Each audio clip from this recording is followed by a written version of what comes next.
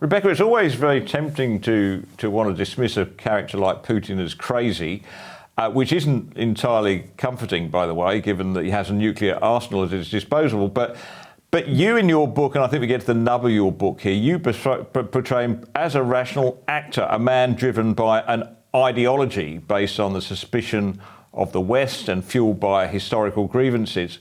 You write, even if Putin unexpectedly abandons the presidency due to illness or death, his successor will likely continue with his anti-American playbook. So are we facing with Putin, essentially, the Russian mind personified?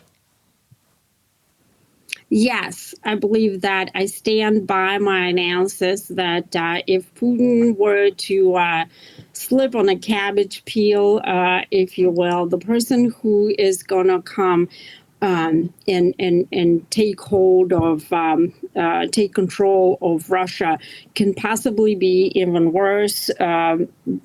His right hand is Nikolai Patrushev, who's the head of Russian Security Council. Not only he's a longtime colleague of Putin's. They know each other since 1975. They go back to the KGB days, but he's also his friend. And so this policy, see the mistake that some of the analysts, Western analysts are making, and actually the entire Washington establishment apparatus, is that we think that if Putin were gone, all of our Russia problems would go away. But it's really not true, because Putin did not just himself prepare this plan, right? And this whole very elaborate doctrine in order to reintegrate, Ukraine and some other post-Soviet states, minus the Baltics, of course, back under Russia's control.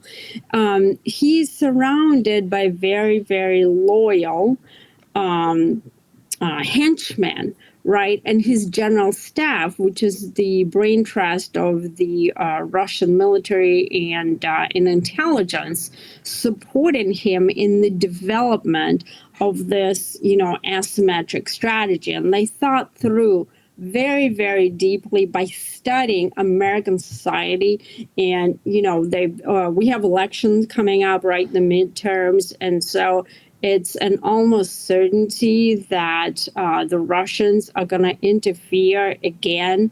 And because that's another, standard Putin's playbook. So they've thought through all of these various methods to destabilize the United States and the West in order to prevent us from interfering in Putin's plans to resubjugate Ukraine and other parts of the former Soviet Union back under Russia's control.